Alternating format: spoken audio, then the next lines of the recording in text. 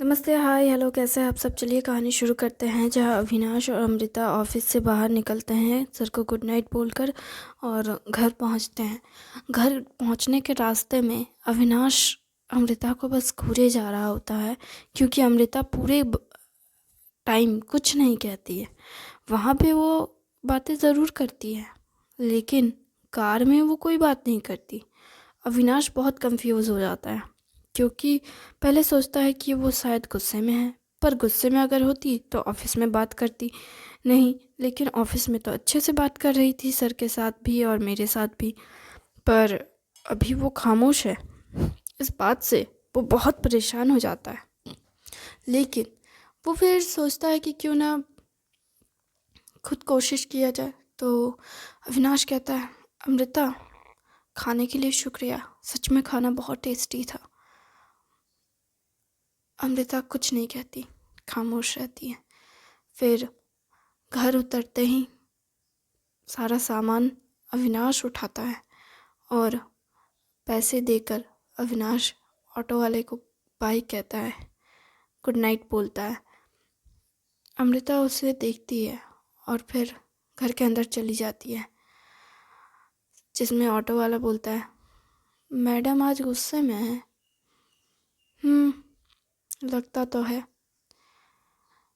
फिर अविनाश उसके पीछे पीछे जाता है। घर पहुंचने के बाद किचन में सारा सामान रखता है और फिर अमृता के पास आता है और अमृता को पीछे से गले लगाता है, जहां अमृता अपने रूम की खिड़की से बाहर का नज़ारा देख रही होती है। अमृता कहती है, क्या तुम्हें लगता है मैं गुस्से में हूँ? नहीं। तुम्हें लगता है? हाँ हाँ, थोड़ा सा तो लगता है, पर मैं नहीं जानता कि तुम क्यों गुस्से में हो, और अगर तुम इस वजह से गुस्से में हो कि मैं घर नहीं आया तो उसके लिए आई एम सॉरी। नहीं, मैंने खुद को बदलने की कोशिश कर रही हूँ। मैं हमेशा पहले गुस्सा करती हूँ, फिर अपनी गलती पे रियलाइज़ करती हूँ, इसलिए मैंने खुद को बदला। मैंने कोशिश की कि इस बार मैं तुम पे गुस्सा ना करूँ, और मैं खुद ऑफिस चली आई तुम्हारे लिए खाना लेकर। कहीं तुम इस वजह से परेशान तो नहीं हुए ना? तुम तुम इस वजह से खामोश थी? नहीं, मैं तो बहुत खुश था। पहली बार तुमने कुछ अलग किया तो मुझे हैरानी हुई, लेकिन मुझे अच्छा लगा। पहली बार तुमने मेरे लिए कुछ किया, मुझे अच्छा लगा, बहुत अच्छा लगा। क्या सच में तुम्हें अच्छा लगा? हाँ, मैं बता भी नहीं सकता कि मुझे कितना अच्छा लगा। और तुम इस बात से परेशान हो? मुझे माफ़ कर दो, मैंने तुम्हें परेशान किया उसके लिए। पर सच कह रहा हूँ, मुझे अच्छा लगा, मुझे बहुत अच्छा लगा। पर तुम्हारे बात से तो मुझे वहाँ एक बार भी नहीं लगा कि तुम मेरी वजह से परेशान हो। क्योंकि मैं नहीं चाहती थी कि तुम्हें ऐसा लगे। तुम बातों को घुमाने में बहुत माहिर हो गई हो। ऐसा कुछ नहीं है। वैसे मुझे लगता है कि अब मैं तुम्हें बोल पाऊँगी। नहीं, कोई बात नहीं, तुम्हें जितना समय चाहिए उतना समय लो, मैं इंतज़ार करूँगा। ठीक है। वैसे क्या तुम कॉफ़ी पीना चाहोगी? मुझे लगता है तुमने पहले ही कॉफ़ी पी है। कहाँ? कॉफ़ी कहाँ पी पाई? वहाँ पे मैंने बनाया तो था, लेकिन तभी तो तुम आ गई थी, तो मैंने कॉफ़ी नहीं पी। लेकिन तुम्हें नहीं लगता कि हमें सोना चाहिए? हाँ हाँ, सो तो जाना चाहिए। तुम्हें भी नींद आ रही है ना? मुझे भी नींद आ रही है। चलो सोते हैं। चलो सोते हैं। कहाँ? अगर तुम कुछ नया शुरू कर रही हो तो क्यों ना हम साथ में सोए। अविनाश, ज़्यादा नहीं हो रहा है? ठीक है, गुड नाइट। अविनाश का मुंह बन जाता है और वो अपने कमरे की ओर निकल जाता है, जहाँ अमृता उसका हाथ पकड़ उसे रोकती है और कहती है, चलो सोते हैं। पर सिर्फ सोते हैं। हाँ ठीक है, मैंने थोड़ी ना कुछ और कहा, मैंने सोने की तो बात की। ठीक है, गुड नाइट। जहाँ अविनाश पहले तो दोनों बेड के अलग अलग कोने में सिमटे हुए थे। फिर अमृता अविनाश की तरफ मुड़ती है, देखती है वो पीट कर उधर सोया हुआ है। जहाँ अविनाश को कहती है, क्या तुम्हें नींद आ रही है? नहीं, मुझे ऐसा लग रहा है जैसे मेरी नींद ही उड़ गई। मुझे भी लग रहा है। क्या हम थोड़ा नॉर्मल नहीं हो सकते? मुझे भी लगता है कि मुझे अपने कमरे में जाकर सोना चाहिए। नहीं, वो उठ कर जाने ही वाला होता है कि अमृता उसका हाथ पकड़ और उसे बेड पे बैठाती है और उसके कहती है, सो जाओ, मैं नॉर्मल होने की बात कर रही थी, रिलैक्स। ठीक है। वो फिर से पीट कर ही सो ही रहा था। फिर अमृता उसके कंधे को पकड़ उसे अपनी ओर घुमाती है। जहाँ अविनाश उसके ओर घूम कहता है, क्या हुआ, कुछ चाहिए क्या? नहीं, तुम्हें पानी चाहिए होगा ना, मैं पानी लेकर आता हूँ। अविनाश तुरंत भागता हुआ जाता है किचन में और कहता है खुद से, क्या हो गया मुझे, मैं इतना नर्वस क्यों हो रहा हूँ? मैं क्यों नर्वस हूँ? मेरा दिमाग काम नहीं कर रहा है, मैं पागल हो रहा हूँ। पानी लेकर जाता हूँ। हाँ, पानी ज़रूरी है, पानी लेकर जाता हूँ। फिर अविनाश पानी लेता है और फिर पानी लेकर के कमरे में जाता है। जहाँ उसे नॉर्मली रूम में जाने में 2 सेकंड भी नहीं लगते, वो वहाँ पे 5 मिनट लगा करके कमरे में जाता है और अमृता तब तक सो चुकी होती है। अमृता को सोता हुआ देख अविनाश बहुत खुश होता है और तब वो बहुत रिलैक्सली अमृता के पास सो जाता है। तब वो सो जाता है एकदम शांति से, तब उसे कोई टेंशन नहीं था। जहाँ अमृता उसे ऐसा कर देख बहुत खुश होती है, क्योंकि अविनाश को ऐसा लगता है कि अमृता सो चुकी है, लेकिन अमृता सोई नहीं थी। वो बस सोने का नाटक कर रही थी ताकि अविनाश रिलैक्स हो सके। लेकिन अविनाश रिलैक्स होने से ज़्यादा परेशान था। लेकिन अमृता को सोता हुआ देख अपने आप ही वो रिलैक्स हो गया और अच्छे से सो गया। लेकिन अमृता उसे गले लगाकर सोना चाहती थी, इसलिए वो नींद के बहाने उसे गले लगाए सोने की पास कोशिश कर रही थी। जहाँ अविनाश भी उसे ऐसा करते देख सोचता है कि अमृता नींद में ऐसा कर रही है, लेकिन उसे भी अच्छा लगता है। फिर वो भी उसे कस के गले लगाता है और सो जाता है। सुबह हो जाती है। सुबह होते ही बिस्तर इधर नीचे गिरा हुआ होता है और अमृता का पैर अविनाश के ऊपर और अविनाश का पैर अमृता के ऊपर, और वो दोनों ऐसे चिपक के सोए होते हैं जैसे कि वो कब से नहीं मिले हो। और वो काफ़ी वक्त तक ऐसे ही सोए थे, रात से लेकर सुबह तक। जहाँ सुबह होने के बाद दोनों ही एक दूसरे को उस तरह से देख हेजिटेट होते हैं और एकदम से उठ जाते हैं। उठने के बाद दोनों एक दूसरे को गुड मॉर्निंग कहते हैं और फिर कहते हैं, चलो काम करते हैं। अमृता कहती है, मैं झाड़ू मार देती हूँ। तो अविनाश कहता है, ठीक है, मैं पोछा मार देता हूँ। अमृता झाड़ू मारते जाती है, अविनाश पोछा मारते जाता है। उसके बाद अमृता कहती है, मैं सब्ज़ी काट देती हूँ और मैं खाना बना भी लेती हूँ, तुम जाओ तब तक फ्रेश हो जाओ। तो अविनाश कहता है, नहीं, मुझे अभी फ्रेश नहीं होना, तुम सब्ज़ी काटोगी तो काटो, ठीक है, नहीं तो फिर मैं काट लेता हूँ और मैं खाना बना देता हूँ। अमृता कहती है, नहीं, मैं बनाऊंगी। ठीक है, तो मैं सब्ज़ी काट देता हूँ। ठीक है, तुम सब्ज़ी काटो, मैं वॉशरूम से आती हूँ। ठीक है। और हाँ, वॉशरूम का दरवाज़ा शायद बंद नहीं हो रहा है।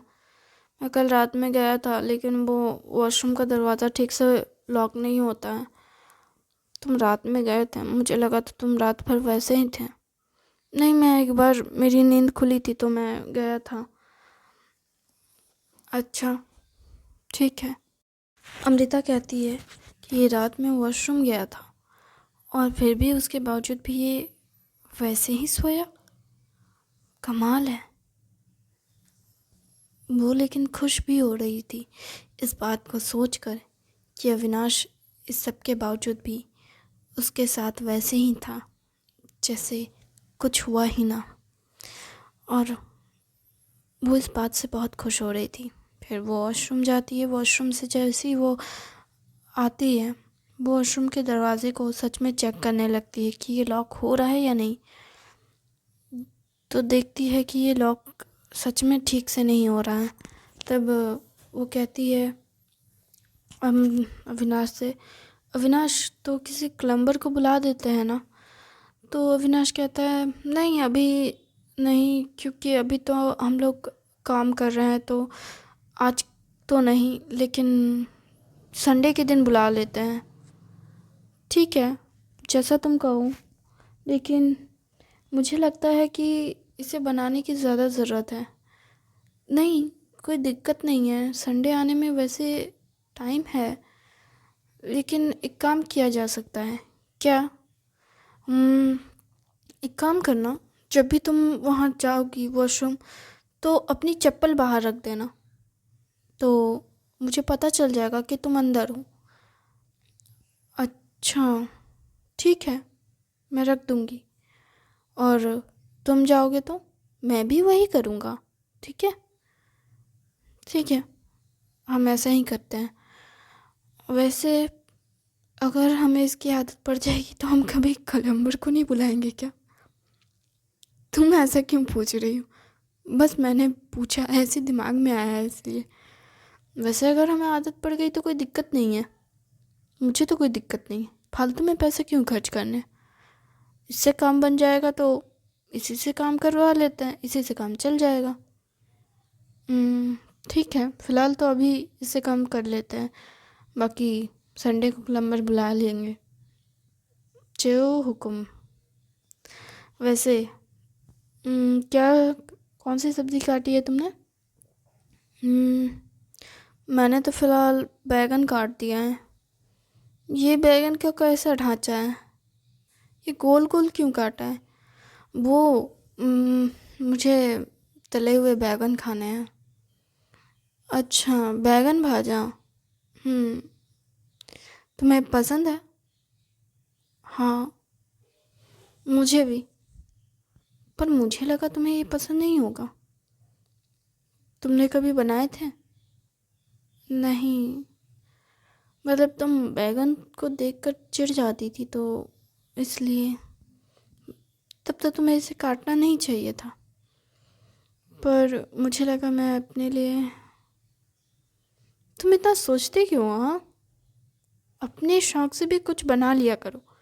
अगर तुम्हें बैगन के चीज़ें पसंद है तो तुम बना सकते हो, मुझे कोई दिक्कत नहीं। वैसे बैगन इतना भी बुरा नहीं है, बस मुझे बैगन इसलिए नहीं पसंद क्योंकि बैगन खाने से मुझे खुजली होने लगती है गले में। क्या? हाँ, बैगन खाने के बाद मेरे गले में खुजली होने लगती है, जैसे बैगन ही कुछ और खा लिया हो। अच्छा, बैगन के अलावा और कौन कौन सी चीज़ होती है जिससे खुजली होती है? ओल। क्या ओल? हाँ, देसी ओल खा के देखना, जितना नोचेगा ना तुम्हारा गला मुंह सब, तब तुम्हें पता चलेगा देसी ओल का मज़ा। तुम्हें देसी ओल पसंद है? वैसे तो मुझे देसी ओल का अचार पसंद है। देसी ओल खाने के मामले में, सब्ज़ी के मामले में ऐसा कोई ख़ास नहीं है, बट हाँ, ओल की सब्ज़ी अच्छी लगती है, बुरी नहीं लगती, बस बनाना आना चाहिए अच्छे से। ठीक है, अभी तो सब्जियों का सीज़न चल ही रहा है, कुछ अच्छा बना देता हूँ। वैसे ओल का चोखा खाओगी क्या? ओल है थोड़ा सा। नहीं, मुझे चोखा बोखा नहीं खाना। वैसे चोखा खाना हो तो पपीता खा लो, ज़्यादा बेहतर लगेगा। पपीते का चोखा। सुनो ना, मुझे कुछ अच्छा खाना खाने का मन है। अच्छा, कैसा? पता नहीं। अगर तुम बैगन का बना रहे हो तो बैगन का भरता बना देना। तुमने कहा कि तुम खाना बनाओगी। हाँ, पर मेरा मूड चेंज हो गया। मैं खाना नहीं बना रही हूँ, तुम बनाओ। वाह, मैंने सोचा नहीं था इतना जल्दी किसी का मूड भी बदलता है। खैर, अच्छी बात है। अगर तुम्हारा मूड बदल गया हो तो मैं बैगन का भरता बना देता हूँ, और साथ में रोटी। और नहीं, आज नाश्ते में ना रोटी नहीं खाना, तो चावल बनाओ ना, दाल चावल। हम लोग रोज़ रोटी, और रात में भी रोटी, सिर्फ रोटी ही तो खाते हैं, हमें चावल खाना चाहिए। ठीक है, चावल बना देता हूँ। एक काम करते हैं, रोज़ सुबह ब्रेकफास्ट पे चावल खा लेते हैं और रात में रोटी खा लेते हैं। ये ठीक नहीं होगा? ठीक है, मैं सलाद काट देती हूँ। ठीक है, फिर दोनों मिलके खाना बनाते हैं। किचन का सारा काम ख़त्म कर फिर दोनों एक एक करके रेडी होते हैं अपने अपने कमरे में भी, और बाथरूम का एक बार करके एक करके इस्तेमाल भी करते हैं। तो फिर रेडी वेडी होकर फिर वो ब्रेकफास्ट टेबल पे आते हैं। फिर दोनों जन खाना खाते हैं और फिर निकलने से पहले अमृता अविनाश के माथे पे किस करती है और उसे गुड बाय कहती है, और घर को कहती है कि मैं आ रही हूँ वापस। जिस पर अविनाश कहता है, तुमने मुझे माथे पे किस किया, मुझे बाय किया, लेकिन घर को कहा कि मैं आ रही हूँ वापस। हाँ, तुम भी तो निकलने से पहले यही कहते हो ना, घर में आ रहा हूँ। तो तुम मेरी जैसी बनती जा रही हो। मैं तुम्हारी जैसी तो नहीं हूँ, लेकिन घर तो कहीं जा नहीं रहा है, तो इसलिए घर को ही कहना पड़ेगा ना कि मैं वापस आ रही हूँ। पर तुम तो जा रहे हो, तो इसलिए तुम्हें बाय तो कहना पड़ेगा, इसलिए बाय बाय। समझदार हो गई हो तुम। तुम तो ऐसे कह रहे हो जैसे तुमने ऐसी लड़की को अपनी गर्लफ्रेंड बनाया जिसके पास दिमाग नहीं है। बाकायदा मैं बहुत अच्छी कंपनी में काम करती हूँ और मेरे पास बाकायदा बहुत अच्छी सैलरी है और मेरे पास बहुत अच्छा दिमाग है। ठीक है, मान लिया। मान लिया नहीं, मानना ही चाहिए तुम्हें। अब जाओ। ठीक है, बाय बाय। फिर दोनों जन अपने अपने ऑफिस के लिए निकल जाते हैं, और वो दोनों अपने ऑफिस के सारे काम निपटाने की कोशिश करते हैं। और इधर दोनों के पास ही अपना अपना ये काम रहता है कि एक जन बाहर जाएंगे काम करने के लिए। अविनाश को सर ने पहले ही बोल दिया था, और अमृता को फिर से नए लोगों को इंटरव्यू लेना था, और अमृता भी वही काम में लग गई। दोनों ही अपने अपने काम में लगे हुए थे और दोनों ही काफ़ी थके हुए थे। थक कर जब वो दोनों घर आते हैं तो दोनों ही कहते हैं, मेरे पास खाना बनाने की एनर्जी नहीं है। सच कहूँ तो मेरे पास भी नहीं है।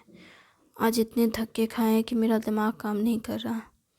आज मैंने इतने लोगों को सुना है कि मेरा भी दिमाग काम नहीं कर रहा है, और उनके बकवास आंसर्स को सुन सुन के मेरा दिमाग काम नहीं कर रहा था। ये सोच रही थी कि ये लोग कॉर्पोरेट वर्ल्ड को क्या समझ कर बैठे हैं, हलवा। हाँ, उनकी नौटंकी देखना मैं पागल हो रही थी। अगर उनमें से किसी को भी हायर किया ना तो यकीन मानो उन्हें सिखाते सिखाते मैं बूढ़ी हो जाऊंगी, लेकिन वो नहीं सीखने वाले। क्या सच में इतने बचकाने लोग थे? सच में मुझे तो लग रहा था मैं पागल हो जाऊंगी उनके बीच, और पता नहीं क्यों सर ने मुझे ही ये काम दे रखा है, क्योंकि उन्हें यकीन है कि तुम बहुत अच्छा करोगी। वाह, उनके यकीन की तो ऐसी की तैसी। थैंक यू वेरी मच इस कहानी को सुनने की।